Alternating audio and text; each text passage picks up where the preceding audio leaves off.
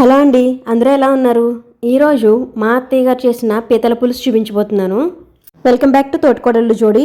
నేనండి మీ చిన్న తోటకోడల్ని. ఈ పీతల పులుసుని ఒక్కొక్కళ్ళు ఒక్కొక్క విధంగా చేస్తూ ఉంటారు.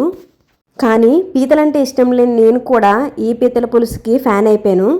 ఇప్పుడు పీతలు ఫేవరెట్ నాన్ వెజ్ అయిపోయింది. అసలు అంత బాగుంటుంది మరి ఈ పీతల పులుసు. ఇక పీతల్లో ఉండే హెల్త్ బెనిఫిట్స్కి వస్తే పీతల్లో మనకి ఒమేగా 3 ఫ్యాటీ యాసిడ్స్ అనేది చాలా ఎక్కువగా ఉంటుంది. దానివల్ల బ్యాడ్ కొలెస్ట్రాల్ని తగ్గించి గుడ్ కొలెస్ట్రాల్ని పెంచడానికి చాలా బాగా యూజ్ అవుతుంది. హార్ట్ హెల్త్ కూడా చాలా మంచిది. ఇందులో యాంటీ ఆక్సిడెంట్స్ ప్రాపర్టీస్ చాలా ఎక్కువ ఉన్నాయి. దానివల్ల మన ఇమ్యూన్ సిస్టమ్ కూడా చాలా బాగా హెల్ప్ అవుతుంది.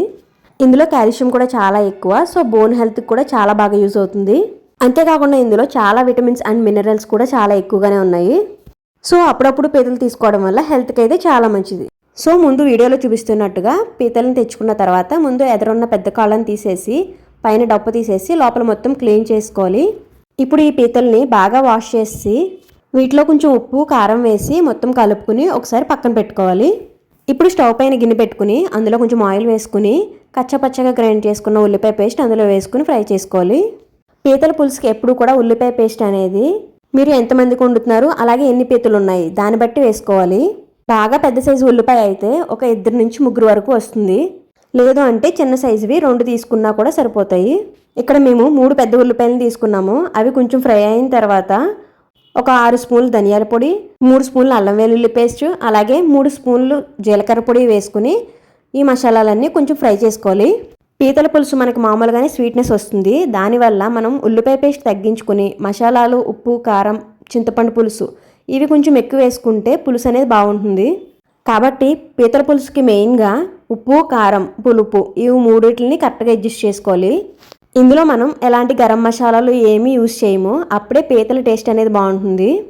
ఇలా అల్లం వెల్లుల్లి పేస్ట్ అది బాగా ఫ్రై అయిన తర్వాత ఇందులో పీతల్ని వేసుకుని ఒకసారి బాగా ఫ్రై చేసుకోవాలి. ఉప్పు కారం అనేది కూరకు సరిపడా ముందు మేము పీతలకు అనేది పట్టించాము.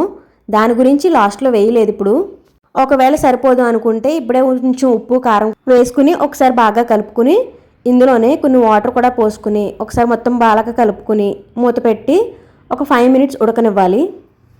ఇప్పుడు ఇది ఉడకడం స్టార్ట్ అయిన తర్వాత ఇందులోనే ఒక వంకాయ తీసుకుని ఇలా 4 ముక్కలుగా కట్ చేసుకుని ఇందులో వేసుకోవాలి. మనం కొన్ని రకాల చేపల పులుసులకి బెండకాయ వాడతాం కదండి. సో అదే విధంగా ఈ పీతల పులుసుకి వంకాయ వాడతారు. ఇప్పుడు ఇందులోనే ఒక 5-6 పచ్చిమిర్చి చిన్న చిన్న ఘాట్లు పెట్టుకుని వేసుకోవాలి. ఇప్పుడు ఈ పులుసు మొత్తం ఒకసారి బాగా కలుపుకుని టేస్ట్ చూసుకుని ఉప్పు కారం ఏమన్నా కావాలి అనుకుంటే అడ్జస్ట్ చేసుకోవాలి. ఇప్పుడు ఈ పీతల్ని ఒక 5 to 10 మినిట్స్ ఉడికిన తర్వాత ఇందులోనే ఒక పెద్ద నిమ్మకాయ సైజ్ అంతా చింతపండుని తీసుకుని ముందుగా నానబెట్టుకుని దాని గుజ్జుని తీసుకుని సెపరేట్గా అది వేసుకోవాలి. చింతపండు గుజ్జు వేయడానికి ముందే మనకి పీతలు అనేవి ఉడికిపోవాలి. చింతపండు పులుసు వేసిన తర్వాత ఇంకొక 5 మినిట్స్ ఉడికితే మనకి కర్రీ అనేది రెడీ అయిపోతుంది. ఇప్పుడు మనం టేస్ట్ చూస్తే ఇందులో పులుపు, ఉప్పు, కారం అన్నీ కూడా కరెక్ట్గా సరిపోవాలి. అంతేనండి. ఇందులో కొంచెం కొత్తిమీర వేసుకుని దింపేసుకుంటే మనకి పీతల పులుసు అనేది రెడీ అయిపోయినట్టే. ఒక్కసారి మీరు కూడా ఈ కొలతలతో చేసుకుని చూడండి, చాలా పర్ఫెక్ట్గా వస్తుంది. వీడియో నచ్చితే లైక్ చేసి షేర్ చేయండి. అలాగే మన ఛానల్ని సబ్స్క్రైబ్ చేసుకోండి.